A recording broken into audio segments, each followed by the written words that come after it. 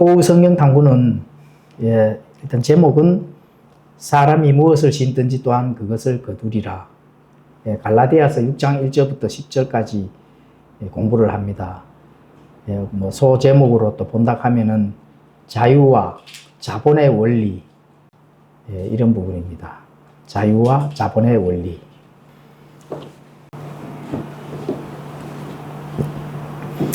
자, 갈라디아서 6장 1절부터 10절까지 일단 어떤 내용인지 말씀 먼저 읽어야 되겠죠. 우리 김진우 형제님 갈라디아서 6장 1절부터 10절까지 한번 읽어보십시오. 형제들아, 만일 어떤 사람이 잘못에 빠지거든 영적인 너희는 온유의 영으로 그러한 자를 바로 세워주고 너 자신을 주의 깊게 살펴보아 너도 시험에 들지 않게 하라. 너희는 서로 남의 짐들을 지라. 그리하여 그리스도의 법을 성취하라. 만일 어떤 사람이 아무것도 아니면서 스스로 무엇이나 되는 것으로 생각하면 그는 자기를 속이느니라. 오히려 각 사람은 자기 일을 검증할지니라.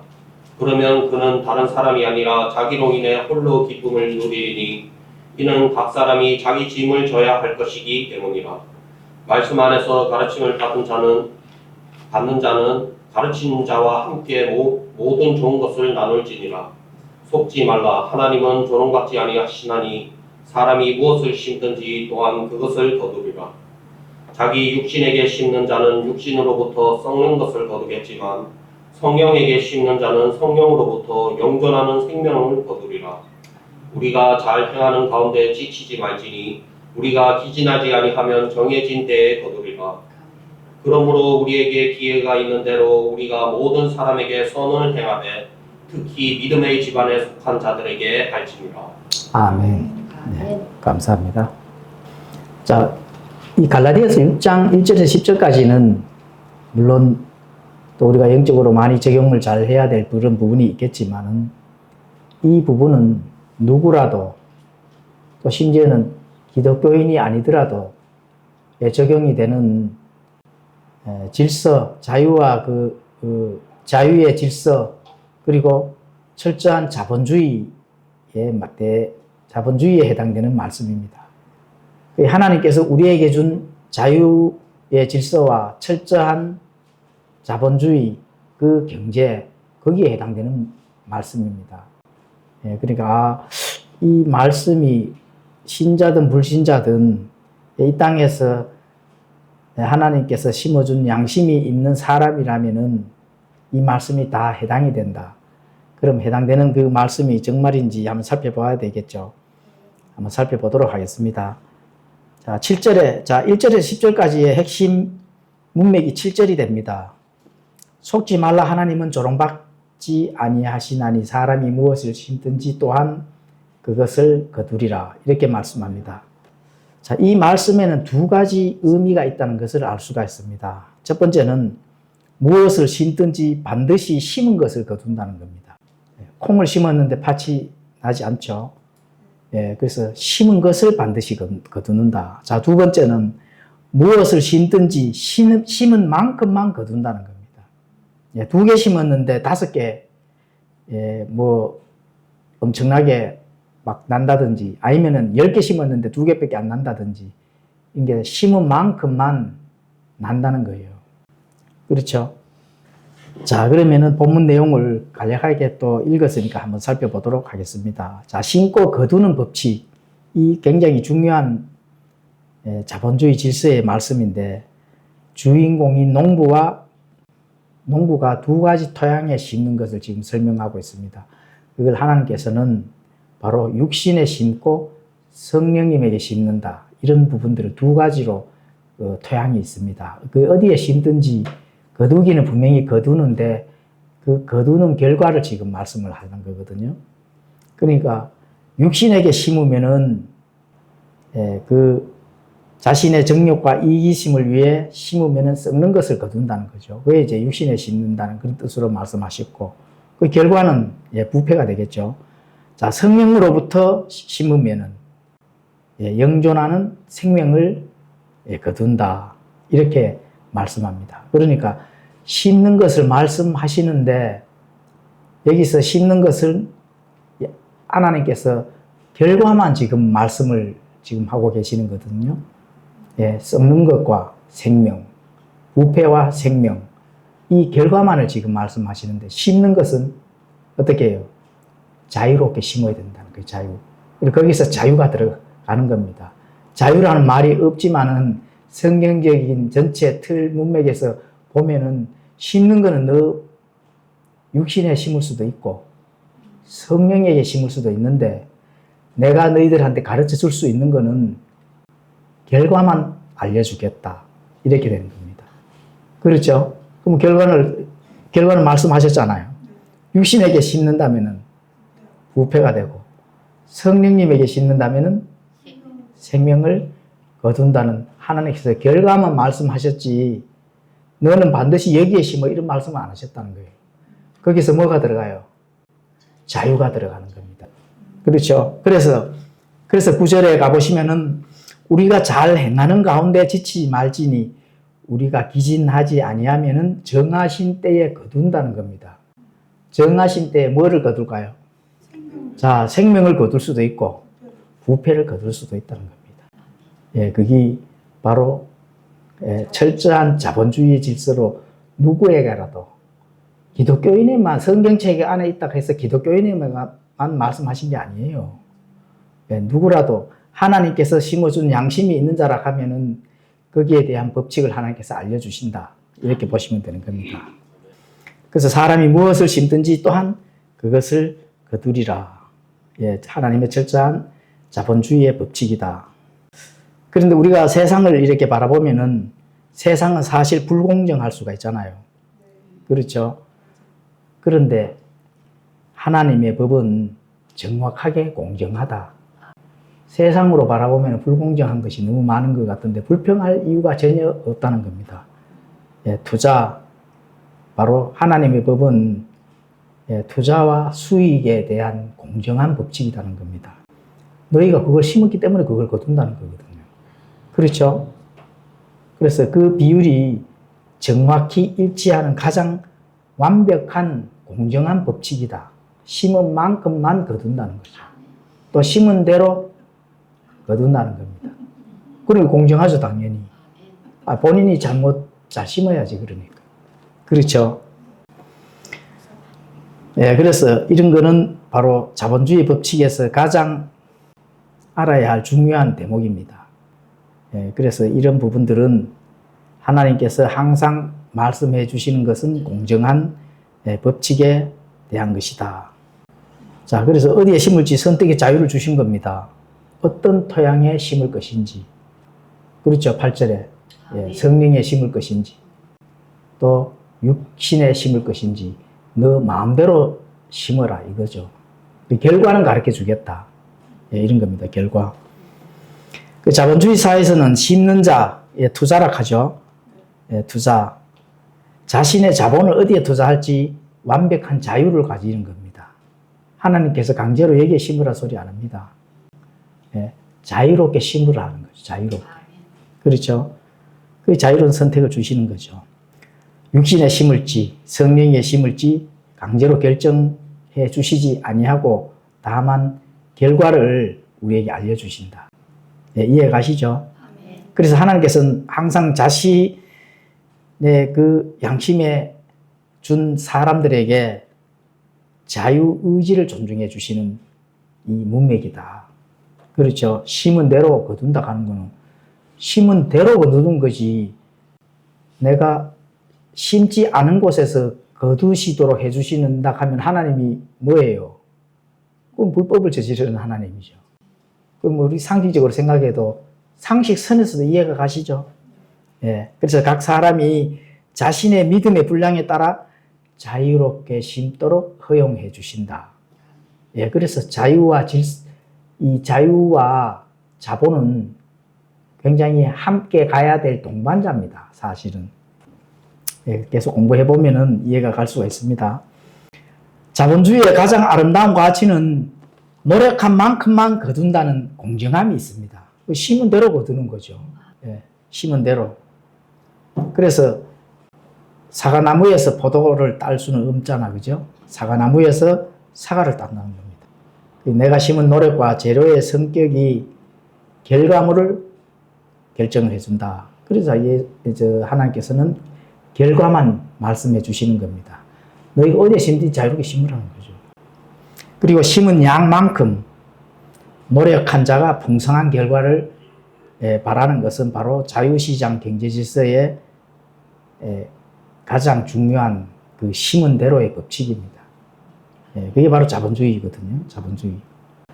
자, 하나님 우리에게 내가 노력한 만큼, 내가 믿음에 투자한 만큼 거둘 것이다. 이렇게 결과를 말씀해 주십니다. 바로 이 자유시장의 법칙을 우리 영적으로도 적용을 해도 우리가 항상 공부하는 내용이 바로 그 내용이잖아요. 오전에 공부했는 그 내용도 또 그 내용이고, 심은 만큼 자유롭게 하나님께서는 거두도록 해주신다. 그래서 이 자유는 방임이 아니라 반드시 책임이 따르는 것이 자유입니다. 5절, 6절에 가보시면 이는 각 사람이 자기 짐을 져야 할 것이기 때문이라. 자기 짐이라 하는 것은 자기 책임입니다. 넌 짐을 내가 지고 이런 소리가 아니에요. 너가 자유롭게 심은 만큼 그 자유를 줬는 만큼 거기에 당연히 뭐가 따른다고요? 책임이 따른다는 말입니다. 그렇죠. 그래서 말씀 안에서 가르침을 받는 자는 가르치는 자와 함께 모든 좋은 것을 나눌지니라. 그렇죠. 그러니까 이 영적으로 적용하면은 모든 좋은 것을 나눌 때 뭐가 돼요? 그게 기쁨이 되는 겁니다. 기쁨이. 그 나누는 게 기쁨입니다.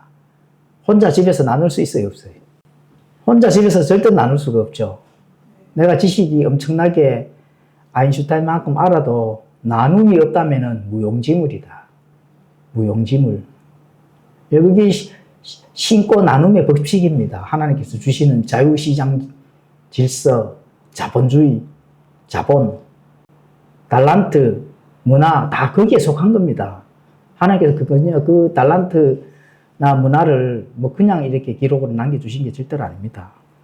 자, 그리고 그렇게 자유에 대해서는 7절에 하나님께서는 뭐라고 말씀할까요?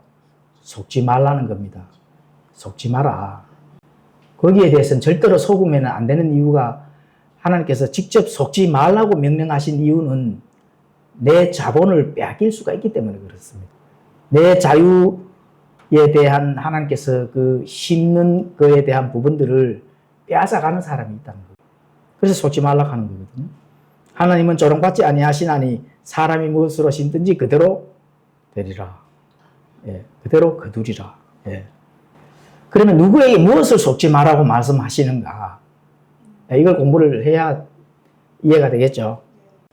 바로 부자가 있고 가난한 자가 있을 수 있는 그 격차가 있는 것을 보고 말씀합니다. 필연적 결과물입니다. 그렇죠. 그래서 세상 시스템이든지 영적 세계든지 자본주의 체계에서는 부의 격차가 분명하게 생기게 마련입니다. 교회에서도 더 많은 일을 하는 사람들이 있고, 그렇죠. 또 더 많이 전도해서 많은 사람들을 이끌고 오는 사람들이 있고, 또 못하는 사람들도 있고, 또 숫자가 또 적은 사람도 있고, 일을 교회에서 또 적게 하는 사람들도 있고, 하지만 누구라도 다 거기에 대한 미션을 주셨기 때문에 거기에 감당할 수 있는 것들에 대한 분량이 격차가 있다는 겁니다. 그래서 교회에서 저 사람은 저만큼 하는데 나는 그만이 못하니까 이런 눈치를 볼 이유가 전혀 없다는 겁니다. 왜냐하면 하나님께서 이미 알고 계시고, 그렇죠. 그 격차를 결과물로 아마 주셨기 때문에 그렇습니다. 똑같이 다 한다 하면 어떻게 돼요? 똑같이 공정하게 나누어서 가진다 하면 그게 뭐예요? 자본이 아니죠, 당연히. 지금 오늘 그 얘기를 하려고 하는 겁니다. 자본이 아닙니다, 그거는. 뭐예요? 그냥 명령에 따르는 로봇이죠, 로봇. 자, 그래서 그런 이 부자와 가난한 자의 격차도 생기고, 세상도 그렇잖아요, 그죠? 지금 교회 안에서만의 어떤 그런 상황을 지금 얘기하는 게 아닙니다. 전체적으로 얘기를 하는 겁니다. 세상이나 교회나 하나님께서는 다 다스리는 왕국이기 때문에 그 왕국 안에서의 하나님께서 주시는 법칙을 지금 얘기를 하는 거예요. 예. 심는 양, 또 토양의 선택에 따라 수확의 차이가 발생하는 것은 그건 당연히 하나님께서 전달하시는 그 성경적 원리입니다. 예, 세상의 경제에 대한 법칙도 그렇고, 머리를 좀 잘 굴리는 사람도 돈도 많이 벌겠죠. 예. 그렇죠. 또 기회가 주어지는 사람한테는 그 기회를 잘 타서 그 기회를 통해서 또 더 많이 이 수확을 거둘 수 있는 그런 계기가 되는 거고, 그건 어쩔 수가 없는 거예요. 그것은 사람이 다양하게 창조되었기 때문에 그렇습니다. 똑같이 로봇처럼 창조된 게 아니거든요. 그래서 각자의 달란트가 다 다릅니다. 그래서 그것이 다양성에 속한 것이지, 자는 잘났고 나는 못났고 이게 불평등에 속한 것이 아니다. 하나님 편에서는. 예. 무엇에 속겠다고요? 다양성에 속겠다. 다양성. 하나님은 다양한 인격체로 만들으셨다는 거. 예, 그걸 꼭 아셔야 되는 겁니다. 그래서 똑같은 결과물을 얻는다면 그것은 자유가 당연히 아니죠. 강제로 배급하는 겁니다. 하나님께서 우리에게 강제로 배급해 주는 거거든요. 니도 교회를 하면은, 저 사람도 교회해. 온 동네 교회만 생기잖아, 그렇게 되면. 맞죠? 예, 그렇게 준 게 아닙니다.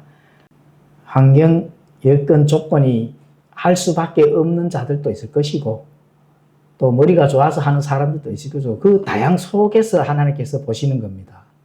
그렇죠? 그래서 중요한 거는 얼마나 가졌느냐가 아닙니다. 하나님께서 주신 자유 안에서 어떻게 심었느냐가 중요합니다. 내가 가지고 있는 양 나는 이만큼 해. 이만큼 많아. 이게 중요한 게 아니라는 거예요. 너희가 어떻게 심었느냐. 이걸 하나님께서 보신다는 겁니다. 그렇죠. 그래서 심는다 하는 게 그만큼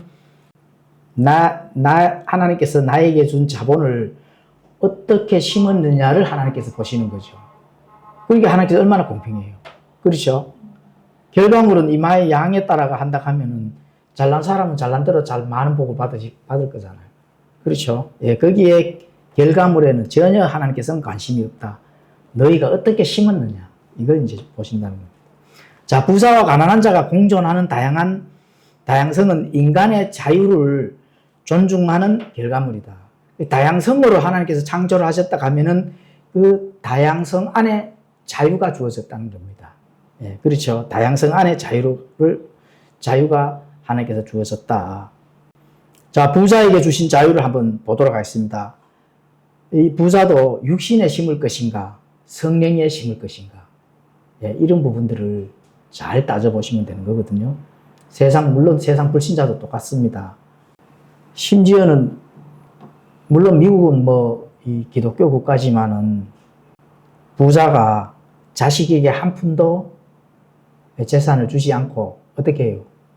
사회에 다 환원을 해버리잖아요. 그런 사람 많거든요. 그렇죠? 그런 부자는 어디에 심었을까요? 성령에 심은 거지. 빨리 답이 나와야 되는데. 빨리 답이 나와야 되는데, 지금 하고 있는 과정에서도 빨리 답이 안 나오면 무슨 생각을 하고 있으시나? 예?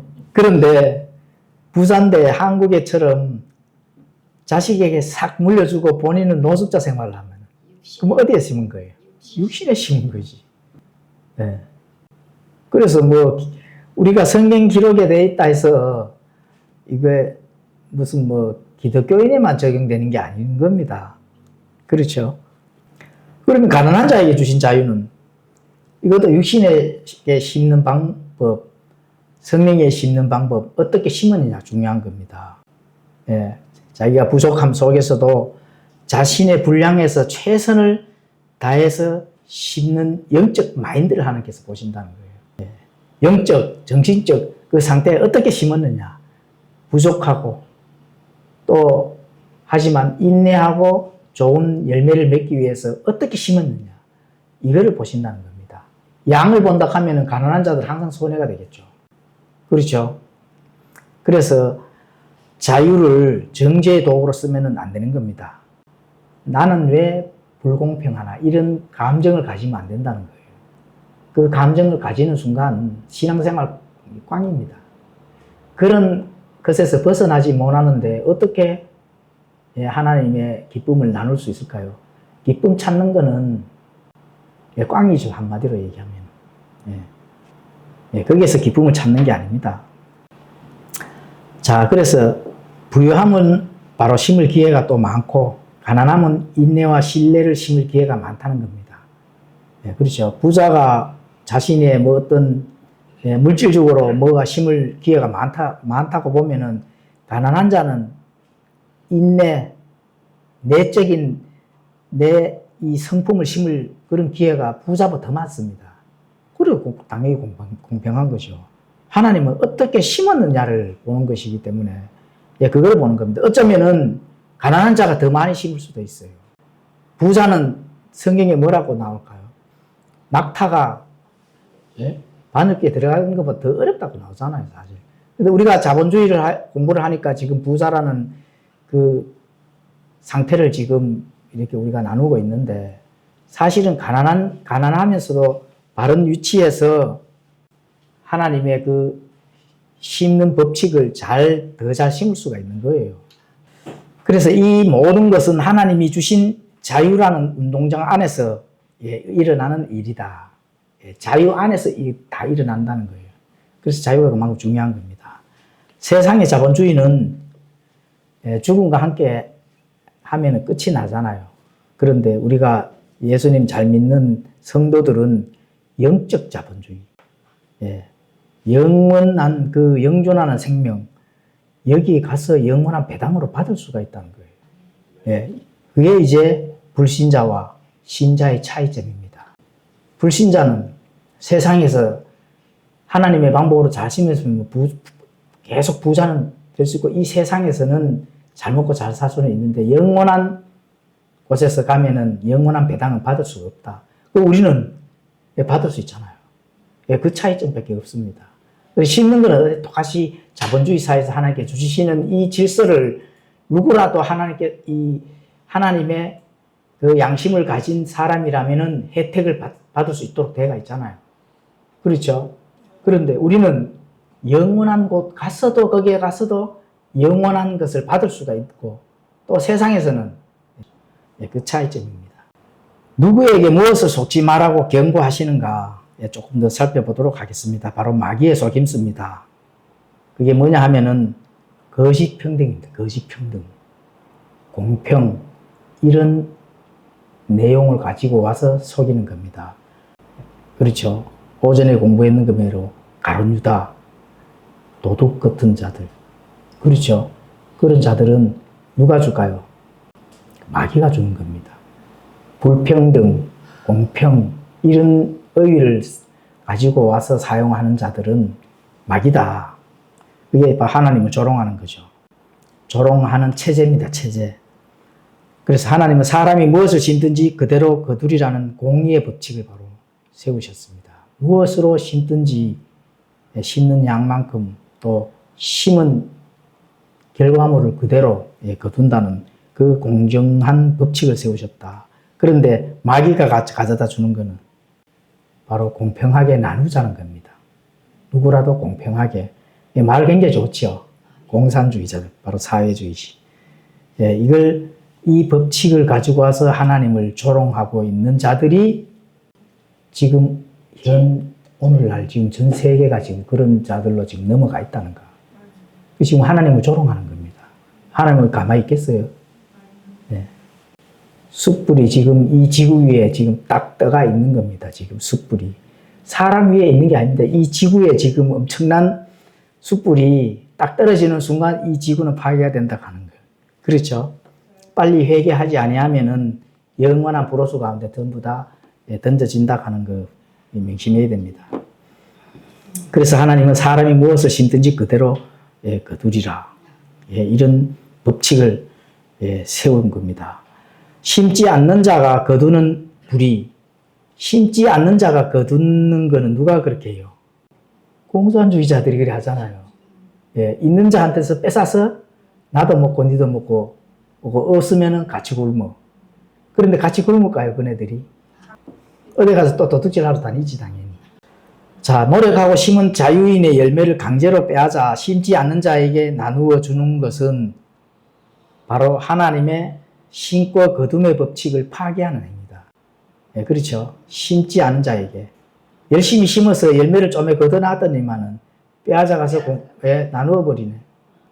이게 신과 거둠의 법칙에서 하나님의 그 법을 파괴하는 거다. 예, 바로 입법자이신 하나님을 조롱하는 거예요. 그 법을 질서를 우리에게 줬으면은 그걸 지켜야 됩니다. 무슨 어떤 속임수가 와도 그걸 지켜야 된다니까. 그 자유와 그 자본, 그 질서를 지켜야 됩니다. 그래 하나님께서 다양한 속에서 그 좋은 열매를 맺도록 그렇게 하지. 그 질서를 파괴하는 순간 하나님을 조롱하는 거예요. 그렇게 되는 거죠. 자, 마귀의 속임수는 어떤 단어가 있을까요? 일단 평등이 있습니다. 평등, 공평, 또 뭐가 있어요? 평화, 이런 게 있는 거거든요. 이게 어찌 보면은 아름다운 단어로 이렇게 사용이 되는데 그 실체는 하나님이 인간에게 주신 개인의 존엄과 자유를 바로 빼앗아 버리는, 자유, 다양성, 이런 걸 빼앗아 버리는 바로 영적 강도질이다. 사람들의 정신을 빼앗아 버리는 영적 강도질이 맞죠. 자, 그러면은 이제 조금 어려운 시간이 다가왔습니다. 자본주의와 자본, 이런 어원이 어떻게 되는 것인지 그 본질을 조금 살펴보면은 어렵더라도 이런 부분들을 이해가 더 잘 갈 수가 있습니다. 그런데 이 부분에서 내용이 좀 어렵고 이러하면은 텍스트가 필요하면은 말씀하시면은 텍스트를 내주면은 다시 복습하는데 공부를 할 수가 있습니다. 나중에 필요하시면은 텍스트를 놓으라고 얘기를 하십시오. 자, 자본주의. 영어로는 캐피탈 아시죠? 캐피탈. 그죠? 여신 그 돈 빌리는데 캐피탈입니다. 그 주의 들어가니까 캐피탈리즘 이렇게 하죠. 캐피탈이 바로 자본주의라는 뜻이거든요. 자본, 캐피탈, 이런 게 이제 영어로는 어원이 그렇게 되어 있는데, 어원이 아니라 어원을 한번 살펴보도록 하겠습니다. 자본을 뜻하는 단어, 캐피탈은 라틴어에서 나왔거든요. 이게 카풋 해가지고, 이 뭐냐 하면 머리입니다, 머리. 그 머리와 자본과 자유는 어떤 연결이 되느냐. 공부를 좀 더 해보면 이해가 갑니다. 자, 고대 사회에서는 가축의 머리수가 곧 그 사람의 뭘까요? 고대 사회에서는 가축의 머리수. 여기 자산입니다. 자산이 자본이거든요. 그러니까 그 어원이 라틴어에서는 머리로 나옵니다, 머리. 그리고 여기서 파생된 단어가, 이제, 개인 자산, 동산 해서 샤틀 갑니다. 샤틀. 샤틀. 이 발음은 샤틀, 뭐 이런 식으로 나가는데, CHATTLEL 이렇게 해서 이게 부동산이 아니고 동산입니다. 동산은 뭐죠? 움직이는 자산이 동산이잖아. 그게 뭐예요? 과거에, 고대에 가축이잖아요, 가축. 거기서 다 이 어원이 나온 겁니다. 그러니까 가축이 중요한 게 아니고 머리가 중요하다 하는 거 지금 말씀드리는 겁니다. 그리고 라틴어의 이 머리, 카풋카네, 카풋. 이거는 이제 라틴어 캐피탈에서 나온 주요 자산을 가지고 갑니다. 캐피탈. 이게 보니까 라틴어, 전부 다 라틴어에서 그 어원으로 지금 가져와서 지금 사용을 하고 있거든요. 자, 재미있는 것은 과거에는 재산의 핵심이 가축이었잖아요. 가축. 가축인데 소를 가지고 영어로 뭐라 할까요? 카틀이에요, 카틀. 이게 다 연결이 되어 있다는 거거든. 그게 가축, 머리, 캐피탈, 이런 게 어원이 전부 다 거기에서 나왔다는 거거든요. 근데 가축. 이거 원래 같은 단어입니다. 그 가축의 머리수를 세는 것이 곧 내 개인 자산, 차틀 가죠, 차틀. 내 개인 재산을 확인하는 일이다. 가축의 머리수를 가축이 몇 마리야 이렇게 머리수를 세잖아요. 그러면 내 재산이 얼마 정도 된다 하는 거. 고대에는 그렇게 자기 재산을 이제 가축의 머리수를 헤아렸다는 거죠. 그래서 여기서 이렇게 이제 법적으로는 토지나 이런 거는 아니고 동산만 그렇습니다. 동산. 움직이는 개인 재산. 이 토지는 그럼 왜 그렇게 안 됐을까? 토지는 과거에 왕이나 영주의 소유권이었잖아요. 그러니까 개인 재산만큼은 어떻게 돼요? 마음껏 가축들을 기르고 뭐 이렇게 했잖아. 그죠? 그래서 우리 성경에서도 보면은 뭐 성경뿐만 아니고 이제 고대 사회에서는 가축을 먹이는 그 민족을 굉장히 안 좋게 생각했잖아요. 그렇죠? 그렇거든요. 가축을 먹이는 민족들. 그렇습니다. 고대에서는. 지금도 뭐 가축 먹이는 민족들이 많잖아요.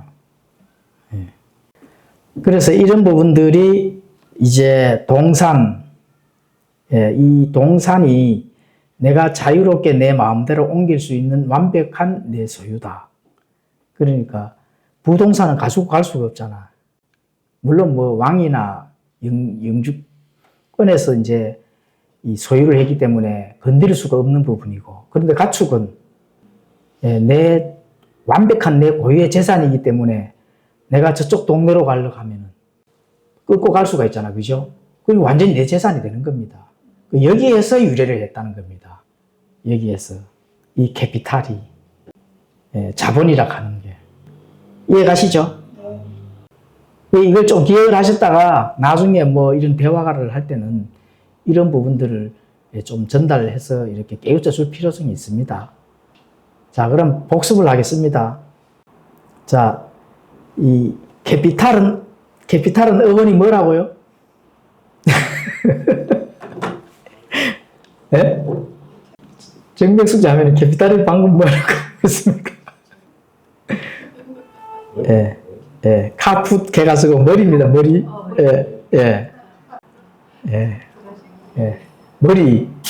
캐피탈, 뭐 카풋하고 뭐 이런 이제 뭐 채틀하고 뭐 이런 거 어려운 거 놔두고 캐피탈은 알잖아요. 자동차 할부로 살 때, 현대자동차 할부로 살 때 어디에서 대출받아요?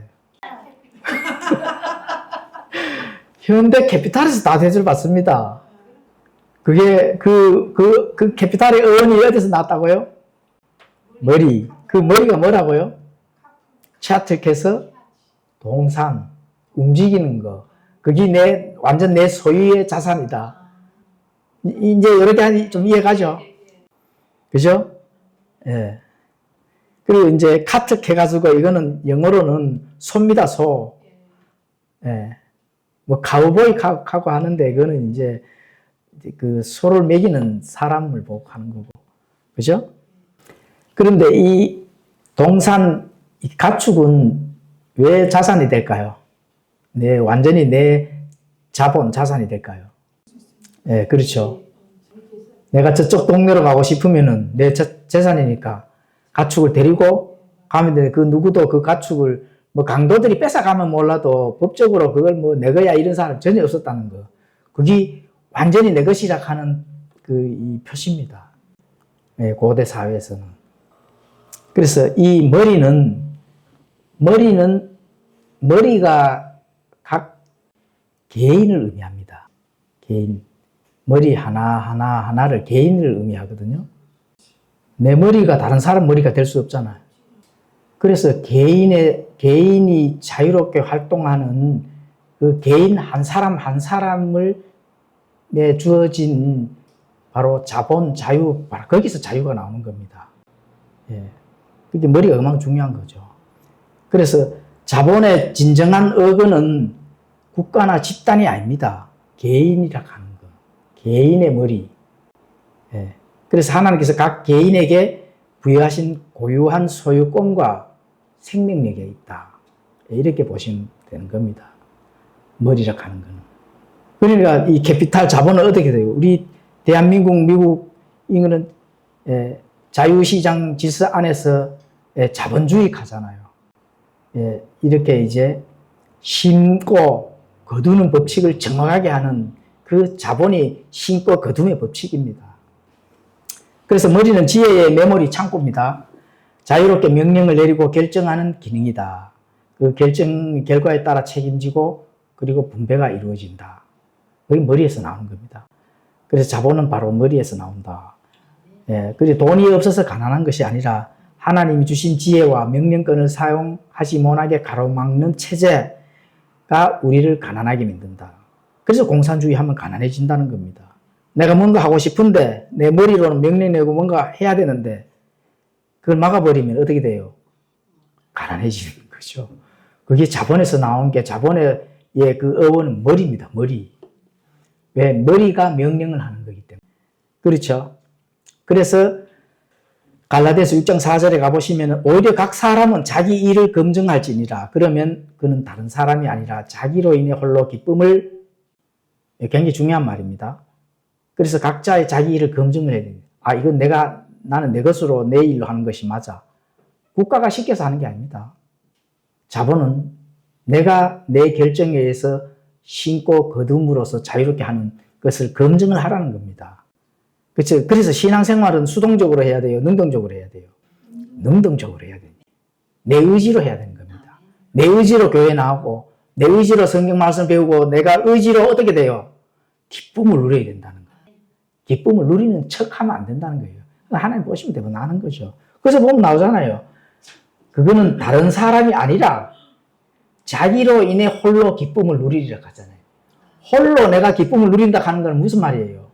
능동적인 신앙생활을 하고 있다는 거거든요. 교회 나온나? 새벽 기도해야 된다.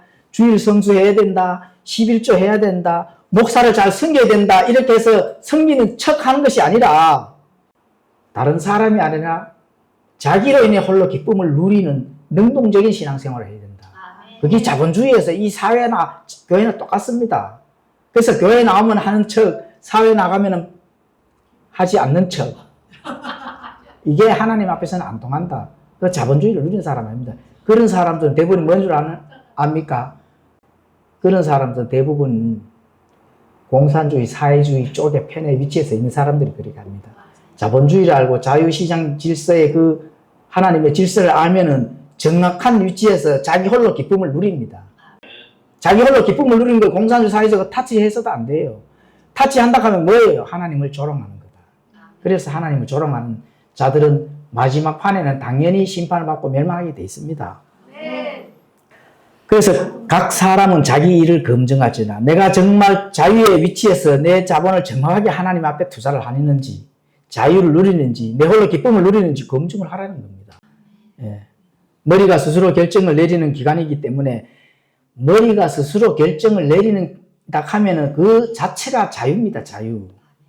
그 결정이 자기 자신의 머리가 결정을 내리는 주체이기 때문에 어떻게 돼요? 책임이 따른다.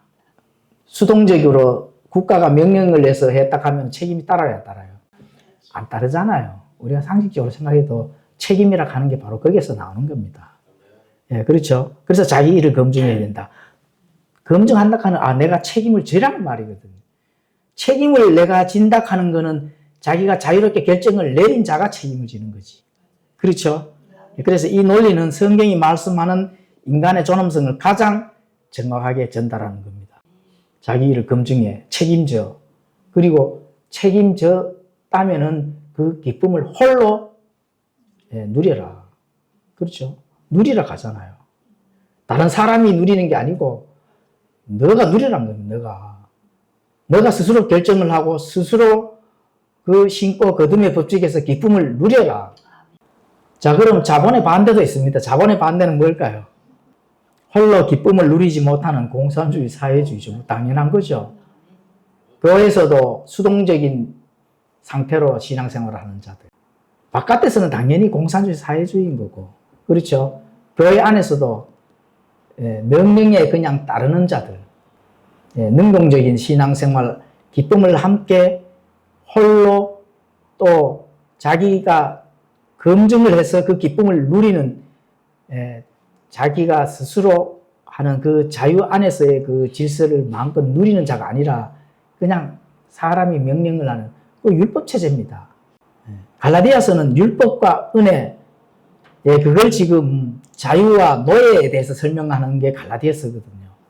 자, 그러면은 자본에 반대돼서 공부를 좀 해봐야 되겠죠. 그래서 공산주의나 사회주의는 스스로 결정 내리지 못하고 위에서 내려오는 명령만 따르는 상태를 가지고 그렇게 합니다. 사람은 몸만 있고 머리가 없는 상태가 되는 거죠. 왜냐하면 내가 명령을 내릴 이유도 전혀 없고 명령이 어디서 외부에서 오면은 그냥 몸이 움직이기만 하니까 그냥 머리는 그냥 이 빈 공간에서 잠옷을 딱 잠가놓는 상태. 그래서 자본주의는 머리를 쓰는 사람들의 사회이고 공산주의는 머리를 잠가놓는 노예 사회들입니다. 몸만 빌려줄게요 이렇게. 그걸 뭐라 하느냐. 프롤레타리아 합니다. 프롤레타리아. 머리가 없는 몸. 그 칼 마르크스가 주장한 이론이거든요. 그럼 이미 아마 공산주의 사회주의는 안 된다 하는 결정이 났잖아요. 근데 결정이 났는데 지금도 하고 있는 데가 어디죠? 가장 강력하게 있는 데가 중국, 북한, 러시아, 그리고 조금은 느슨하지만은 더 유럽, 그 공산주의입니다. 사회주의고. 네, 그렇죠. 프롤레타리아. 이게 머리가 없는 몸만 있는 사람들, 명령에만 그냥 따르는 자들. 그렇죠. 네, 그게 이제 온 세상에 독버섯처럼 퍼졌다가 망했다가 마지막 때 지금 살아난 겁니다. 지금 현재 살아난 거예요. 예, 꽈리처럼 독버섯처럼 딱 숨어 있다가 하나 두나 이제 점령해서 지금은 이제 완전히 드러내놓고 지금 활동하고 있다. 자, 이것도 어원적 의미를 한번 살펴봐야 되겠죠. 라틴어 프롤로에서 왔는데 이는 그 뜻이 자식 외에는 가진 것이 없는 자라는 뜻입니다. 나는 자식 외에는 가진 것이 없다. 이런 뜻이 있는 겁니다. 자, 이게 보통 놀고 먹는 자들이 하는 말이거든요. 예? 놀고 먹는 자들이 하는 말, 뭔 말 있죠? 나는 몸뚱아리밖에 없다. 이런 말이에요. 이게 다 여기서 이렇게 희한하게 연결이 되잖아요. 뭐 좀 돈 좀 있으면 내놔봐 하면 뭐라 해요? 나는 가진 게 몸뚱아리밖에 없다 하잖아요. 예, 그게 이제 프롤레타리아입니다. 예? 이게 라틴어 프롤에서 왔다 하잖아요. 나는 몸뚱아리밖에 없어. 이렇게 되잖아. 야, 그게 참, 저도 이걸 하면서 굉장히 웃었는데. 그래서 이들은 자신의 머리, 지혜, 결정권, 이런 자기 자산, 자본으로 운영되는 것이 아니라 오직 국가나 집단의 명령에 따라 몸만 제공하는 자들. 예, 그걸 노동자들 하잖아요. 노동자들이 왕이라 하잖아요. 예, 그런데 아니 국가에서 명령만 받고 해야 되지 데모를 하면 됩니까? 안 됩니까? 예, 그 정신 나간 자들이지. 예? 기업이 그러면 이렇게 해 이러면 되는데, 근데 기업은 자본주의의 그 기업이거든요. 조금 이따 보면 공부를 하면 이제 나옵니다. 그런데 항상 자본주의를 미워하고 데모를 해서 망하게 하는 자들이 바로 공산주의, 이 노동자들입니다. 노동자들. 현대자동차 지금 그렇잖아요. 현대자동차 지금 완전히 지금은 이제 고소하다 이렇게 되잖아요. 너희들 데모 좀 오히려 빨리 좀 많이 해라. 그러면 너희들이 데모할 때마다 AI를 갖다 넣을게 이렇게 되잖아요. 그 데모 안 하잖아요. 먹고 살기 바쁜데 데모해가 하면 잘리잖아요. 근데 지금은 반대로 되지. 기업이 지금 어떻게 돼요? 제발 데모 좀 하라 하잖아. 좀 자르자 이렇게 되는 거거든. 자르고는 해도 그래도 기업이 이익이 엄청나거든요. 앞으로. 예, 그거는. 그 뭐 유튜브 보면 많이 그렇게 나오더라고. 예, 그렇죠. 현대자동차하고 뭐. 그것도 뭐 서울에 어디 무슨 오래전에 이렇게 그 노동쟁의하고 뭐 이렇게 하다가 그 회장이 아예 공장문을 닫아봤어요. 닫아보고 거기에 있는 많은 한 300억에서 400억 정도 되는 거를 그 시에다가 기증을 해버리고 그냥 끝내버렸다는 거예요. 거기에 있는 노동자들이 전전긍긍하고 있는 거예요.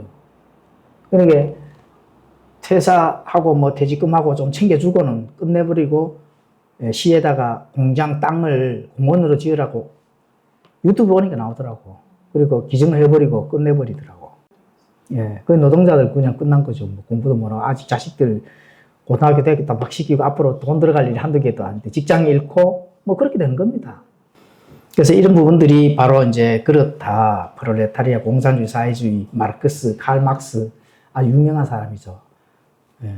지는 바로 삶을 바로 안 살고 이런 마귀의 교리들을 퍼뜨려 가지고 온 세상을 지금 온 세상이 지금 그렇잖아요. 나누어 묻자 하죠. 나누어 묻자. 자, 이 마르크스 공산주의 사상은 당연히 마귀의 교리, 하나님을 속이는 그런 권모술수입니다. 하나님을 조롱하기 위해서 그렇게 하는 거죠. 하나님은 우리를 머리가 되게 하셨다. 머리가 되게. 머리가 중요하죠. 하나님은 우리를 뭐라고 되게 하셨다고요? 머리가 되게 하셨다. 그 신명기 28장 13절 한번 찾아보십시오. 또 중요할 게는 요거는 뭐 읽고 넘어가요. 자, 신명기 28장 13절 다 찾으셨으면 함께 읽도록 하겠습니다. 시작. 또 주께서 너를 머리가 되게 하시고 꼬리가 되지 않게 하시며 내가 위에만 있고 아래에 있지 않게 하시리니 내가 이날 내게 명령하는 주 내 하나님의 명령들에 내가 귀를 기울이고 그것들을 지키고 행하면 그리 하시리라. 머리가 되게 하셨다는 것. 그렇죠? 그리고 위에만 있어라. 예, 이렇게 명령을 하시고 그렇게 해야만 너희가 머리가 될 것이다 하잖아요. 그렇죠? 그런데 이 머리가 그만큼 중요하죠. 그런데 마귀는 어떻게 돼요? 자신의 명령에 복종하기를 이제 원하니까 인간 개개인의 머리를 다 어떻게 돼요? 예, 거세를 해버린다. 거세를. 예, 몸만 남도록 해서 자기가 조종하려고. 앞으로 그런 통제 시대가 오잖아요. 6월도 통제 시대, 적그리스도 시대. 예, 7년 동안 적그리스도가 통제를 하면서 자기의 하나로 해서 밑에 있는 인간들 몸만 명령에 따른 그런 노예 삼기 위한 그 시대가 곧 열린다. 예, 준비해야 됩니다. 예, 어영부영 먹고 마시고 사고 팔고 로아의 때에 머물다가는 그냥 끝장나는 거예요. 노예 생활 하다가 그냥 멸망으로 들어가는 겁니다. 자, 갈라디아서는 노예 여종과 자유로운 여자에게서 난 이거 지금 갈라디아서에서 설명을 하는 거거든요. 그 전체가 그렇게 설명을 합니다. 자, 노예 여종에는 하갈이 있죠. 거기서 누가 태어났죠? 예, 이스마엘이 태어나고. 그렇죠? 자유로운 여자에게서 난 자는 누구예요? 예, 아브라함의 아내 사라가 되겠습니다. 이삭은 약속으로 말미암은 자입니다. 약속으로 말미암은 이 이삭. 지금 이걸 지금 설명하는데, 자, 노예에게서 난 자는 육체에 따라 낳고, 자유로운 여자에게서 난 자는 뭐로 낳죠? 약속에 따라서 난 자. 하나님과 약속. 예, 그래서 그거는 아들이라고 칭합니다. 하나님께서 약속으로 난 자에게는 상속의 그 권리가 있는 겁니다. 그러면 노예에서 난 자는. 그래서 종은 상속을 받지 못합니다. 그거는 이 시대에도 적용이 되는 겁니다. 그 원리를 알고 신앙생활을 하시라. 내가 주의 종입니다. 뭐 알고 주의 종이라고 할까요? 네? 네? 주의 종이라고 하는 자들 중에 그 종, 통상적으로 이제 주님 가니까 종이다 하는 그런 영적 개념을 바로 알고 종이라고 하셔야 된다.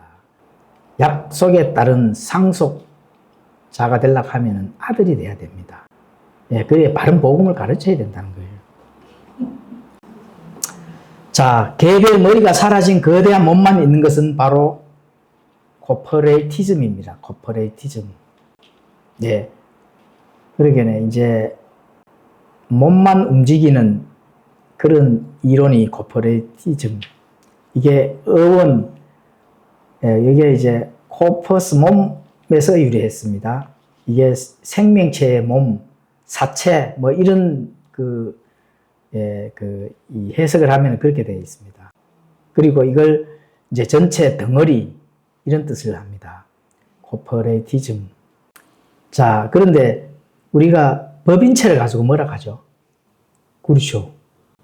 그 법인체는 코퍼레이션. 그런데 머리가 없는 몸만 있는 그 법인체가 있거든요. 뭐 법인체 가면 있는데 그런 공동체가 있습니다. 그게 뭐래요? 그건 코퍼레티즘카입니다. 예. 그럼 법인체와 이걸 비교를 한번 해보도록 하겠습니다. 자, 자본주의는 개개인의 머리가 있고 사회주의적 체제는 개인을 거대한 이 국가라는 그런 몸의 부속품으로 보는 거거든요. 그러니까 공산주의, 사회주의는 이 국가라는 그런 거대한 권력의 몸만 이렇게 하나의 부속품으로 보는 그걸 코퍼레이즘입니다. 그럼 기업의 코퍼레이션하고는 그런 비교를 하면 뭐 어떤 뜻이 되는지 한번 살펴보도록 하겠습니다. 먼저 이 코퍼레이티즘은 팔은 머리가 시키는 대로 움직이잖아요. 그렇죠? 그리고 팔은 스스로 움직이면 뭐라 해요? 공산당, 북한이 개개인이 자기의 의견을 주장을 하고 자유의사 결정을 하게 뭐라 해요? 반동분자라고 하잖아. 예, 그런 의미입니다. 예, 낙인을 딱 찍는 거죠. 그래서 반동분자로 낙인 찍히고 고발을 당합니다.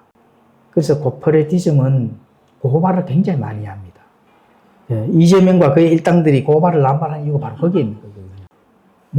몸이 말을 안 듣잖아요. 내하고 안 맞잖아. 그럼 계속 고발하는 겁니다. 그걸 이 국민을 그냥 부속품으로 보는 거기 때문에 그렇습니다. 그 개돼지로 본다는 거거든. 그러니까 스스로 결정하는 자본, 이 반대가 결정할 권리를 빼앗아버리고 자기들이 북한식이다 하면 벌써 와서 총살시켰겠죠. 그래는 못하고 계속 고발을 하는 거예요. 계속. 작은 것도 고발하고 이것도 고발하고 저것도 고발하고 윤석열이가 그렇게 과거에 뒤에서 욕했는데 고발 하나도 안 하잖아요. 철저한 자본주의를 알고 있다는 얘기거든. 그렇죠? 자, 요 보면은 이제 정리를 해놨습니다. 코퍼레티즘 이렇게 정리를 해놨는데 혹시 나중에 뭐 자료가 필요하면은 얘기를 하시면은 프린트해가 드리겠습니다. 자, 그래서 갈라디아서 6장 7절에 가보시면 하나님께서 속지 말라고 하신 것은 자유의 결정권을 사탄에게 넘겨주지 마라는 겁니다. 예, 자유의 결정권을 사탄에게 넘겨주지 마라. 속지 마라. 너의 결정권을 사탄에게 넘겨주지 마라. 그래서 국가가 잘못하면은 우리가 나서서 싸워야 된다 하는 이거 여기서 나오는 겁니다. 침묵하면 안 돼요. 종교 따로 국가 따로 왜 종교가 국가의 정치에 가냐는 이거는 정말 무지한 사람이 그렇게 나오는 거거든. 예, 자유의 결정권을 사탄에게 넘겨주지 마라. 하나님께 너희는 쏟지 마라. 이런 거거든. 자유의 의지로 씨앗을 심어라. 방해되는 자는 가서 싸워야 된다는 거예요. 내 자본을 투자해서 내 자유의 결정권을 방해를 지운다. 당연히 싸워야 되죠. 나가서. 침묵하고 안에서 아멘 아멘 기도하면 다 해결이 돼요. 하나님께서 해결해서 나가서 싸우라고 내 속지 말라고 이렇게 나오는데. 자, 그러면은 머리와 몸뚱이가 어떻게 되는 건지, 캐피탈과 플러스가 어떻게 되는 건지 한번 살펴보도록 하겠습니다. 자본과 캐피탈리스트, 자신의 머리에 서서 하나님의 법을 경영하고 스스로 결정을 내리는 자유인입니다. 그건 프롤레타리아, 머리를 박탈당하고 오직 몸만 집단에 제공하여 명령에 따라 움직이는 존재. 차이나죠? 자유와 공산주의 차이나죠? 바로 마귀가 공산주의를 통해 노리는 것이 바로 이것이다. 자유를 빼앗는 거죠. 인간에게 생각하고 결정할 머리를 잘라버리고 오직 체제를 유지하기 위해서 그냥 몸만 따라. 너희들 명령에만 움직여. 이런 거거든요. 권력을 동원해서. 몸의 어원 프롤로스가 자식만 가졌다는 뜻인가? 예, 나는 자식만 있는 거라 했잖아. 그죠? 프롤레타리아가. 그렇죠? 가진 건 전혀 없어. 예, 내가 가진 것은 자식뿐이야. 이건데 이게 무슨 뜻이냐 하면은 거기 안에서 내면의 뜻이 있습니다. 자식의 미래도 이미 사탄의 체제로 저당 잡혔다는 겁니다. 자식도 아마 이미 저당을 잡혔기 때문에 그래서 진정한 자유를 외치는 자들은 그 다음 세대의 자유를 물려줘야 된다. 이런 걸 외치는 겁니다. 근데 공산주의 프롤레타리아는 뭐예요? 이미 자식도 너든 내 안에 이미 저당 잡혀있어. 내 말 들어. 이래 되는 거거든. 자, 우두머리. 그리고 이제, 그래 되면은 모든 자식들도 권력 체제의 명령에 복종하고 노동 부속품으로 이제 전락하는 겁니다. 노동 부속품. 너희 그는 집에서 한 달에 70만 원씩 줄 테니까 먹고 놀아. 그럼 먹고 놀면 되는 거예요. 먹고 노는 게 좋은 게 아닙니다. 일찍 죽으라는 얘기거든. 일할 권리를 빼앗고 내가 내 능동적인 이 자유를 누릴 수 있는 그걸 빼앗아 버리는 거거든. 그리고 뭐 70만 원 주고 놀면은 어디 마음대로 차 끌고 동해 바다 가서 놀 수 있을 것 같습니까? 집에서 게임만 하고 놀아 이렇게 되는 거예요. 게임하고 나면 눈이 벌게 갖고 이제 사람들끼리 막 싸우고 치고받고 난리 납니다. 뭐 그렇게 만드는 거예요. 공산주의 마귀 사탄이 그렇게 한다는 거죠. 뭐 딱 미디어만 열면은 뭐 게임 넘쳐나잖아요. 자, 사탄의 지배와 착취 구조의 하나님의 자유 질서를 한 번 더 비교를 한번 해 보도록 하겠습니다. 우두머리. 자, 스탈린, 마르크스 같은 자들의 인간의 개별적 머리를 부정합니다. 그래서 프롤레타리아 갑니다. 너희들은 머리는 없어 못 마와 이래 되는 거예요. 오직 자신들만이 유일한 머리가 되는 거죠. 그리고 모든 명령을 내리고, 그리고 노동자, 이 국민을 머리 없는 몸뚱아리로 전락시키는 겁니다. 그들이 흘린 땀, 열매, 우두머리가 이 정당한 보상 없이 갈취를 당한다. 갈취를 하는 거죠. 그러니까 정당에 흘린 땀의 그 열매를 이제 이 국가 권력 이런 것들이 빼앗아서 자신들이 하고 싶은 일을 이제 하는 거죠. 70만 원씩 나눠주고 그냥 놀아, 게임만 해 이렇게 이제 되는 거죠. 죽을 때까지 가다 놓는 거죠. 바로 이게 이제 갈라디아서 6장 7절에 말씀하시는 하나님을 조롱하는 행위다. 완 극치가 된 거죠. 그게 심은 자가 거두지 못하게 하는 거. 그게 바로 배후에 사탄이 있는 겁니다. 자, 이 모든 시스템의 목적, 하나님이 인간이 하나님에게 주신 자유와 책임을 배우지 못하게 하고 오직 생존을 위해 명령에 복종하게 한다. 자, 이렇게 하는 실제로 이제 이렇게 되는 게 언제쯤 되느냐? 진짜 언제쯤 되느냐? 전 세계가 7년 환란기 안에 적그리스도의 왕국이 시작되면은 이거는 어마어마하게 이제 완전 이렇게 되는 겁니다. 지금 그 시대에 코앞에 지금 와 있다 하는 거 꼭 기억을 하시면 좋겠습니다. 자, 코퍼레이트즘과 어떤 차이가 있는가 한번 살펴보도록 하겠습니다. 자, 시간이 좀 걸리더라도 마저 하도록 하겠습니다. 자, 코퍼레이션 모두 같이 몸을 의미합니다, 사실. 그런데 코퍼레이션은 개별 머리가 있는 몸이고 코퍼레이티즘은 개별 머리는 허용 안 되는 몸만 있는 거. 요 차이점입니다. 그런데 같은 몸이에요. 이해 가시죠? 그 같은 몸을 뜻하는 라틴어 코퍼스에서 나왔지만 그 운영 원리에 있어서는 머리를 어떻게 대하느냐에 따라 이제 차이가 난다. 코퍼레이션은 법인체입니다. 기업을 가지고 코퍼레이션 합니다. 자유로운 머리의 연합체입니다. 바로 기업입니다. 기업. 각 개인이 자신의 자본과 지혜를 가지고 자발적으로 모여 하나의 법적 몸을 만드는 게 코퍼레이션이다. 주식회사라는 거예요.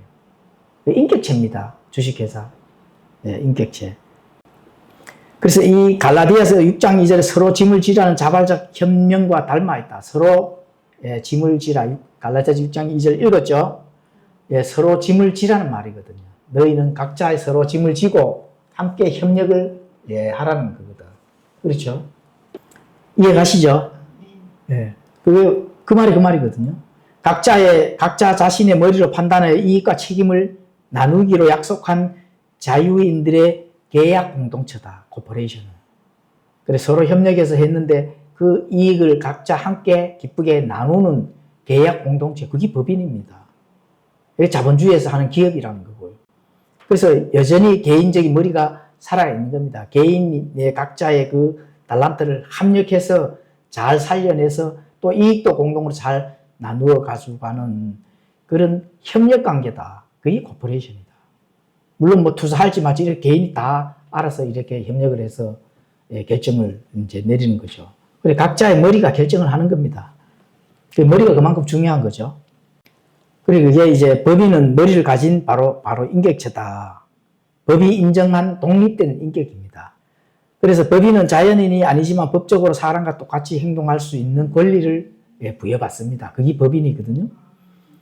자유와 책임의 그 결정입니다. 거기에 따른 모든 책임은 그 법인에 연결되어 있는 주체가 다 책임을 지는 겁니다. 그렇죠. 그래서 스스로 계약을 맺고 자유롭게 또 결과에 대한 법적 책임을 지는 겁니다. 그래서 자유롭게 의사결정을 하고 반드시 거기에 책임을 따른 것이 코퍼레이션, 기업이고 법인이고 주식회사다. 그게 자유시장 경제질서의 최고입니다. 이것이 바로 갈라디아에서 6장에서 말하는 자기 자신의 일을 검증하라. 4절에 보면은 각자의 일을 자유롭게 투자하고 결정하고 거기에서 협력해서 거기에 따르는 모든 책임은 또 자유롭게 책임을 다 각자가 져야 된다. 그래서 너희는 각자의 짐을 지라는 말이 바로 거기에 연결되는 겁니다. 이게 바로 이 원리가 사회적으로 실현이 잘 돼가는 게 자유민주주의 질서의 결합이라는 겁니다. 그래서 여러 개의 머리들이 모여 공동의 목표를 위해 만든 살아있는 몸이다. 각 직체의 개별성이 바로 존중되는 겁니다. 그런데 교회도 마찬가지입니다. 교회도 코퍼레이션입니다. 사실은. 법인입니다. 법인. 그래서 우리가 법인의 허가를 내놨잖아요. 각자의 개인의 머리가 살아있는 공동의 결정체, 자유롭게 능동적으로 신앙생활을 하면서 거기에 합당한 책임은 져야 된다. 바로 그게 심음과 거둠의 법칙입니다. 그 기쁨을 나누는 거예요. 거기에 기쁨밖에 안 나옵니다. 슬픔은 사실 없습니다. 교회 안에서. 그게 예수님께서 주신 생명이 있기 때문에 기쁨을 나누는 거라고요. 그래서 여러 개의 머리들이 모여 살아있는 하나의 몸이 되는 게 그게 뭐라고요? 바로 예수 그리스도. 그래서 한 몸이 되는 겁니다. 한 몸. 여러 개의 머리가 모이면은 거기에서 가장 우두머리 누구예요? 예수 그리스도라는 겁니다. 그래서 마태복음 18장 20절에 가보시면은 두세 사람이 내 이름으로 함께 모인 곳 거기에 나도 그들 가운데 있느니라. 이게 교회의 법인체입니다. 각자의 인격체가 머리가 모여서 한 몸이 되고 그 몸의 우두머리의 머리가 누구라고요? 예수 그리스도. 그게 코퍼레이션입니다. 코퍼레이티즘하고 그 공산주의 사회주의가 완전히 다르죠.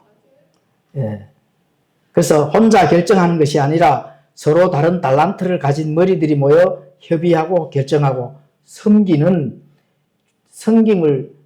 바로 하는 그 장소, 하나님이 주신 영적 법인체다. 영적 법인체.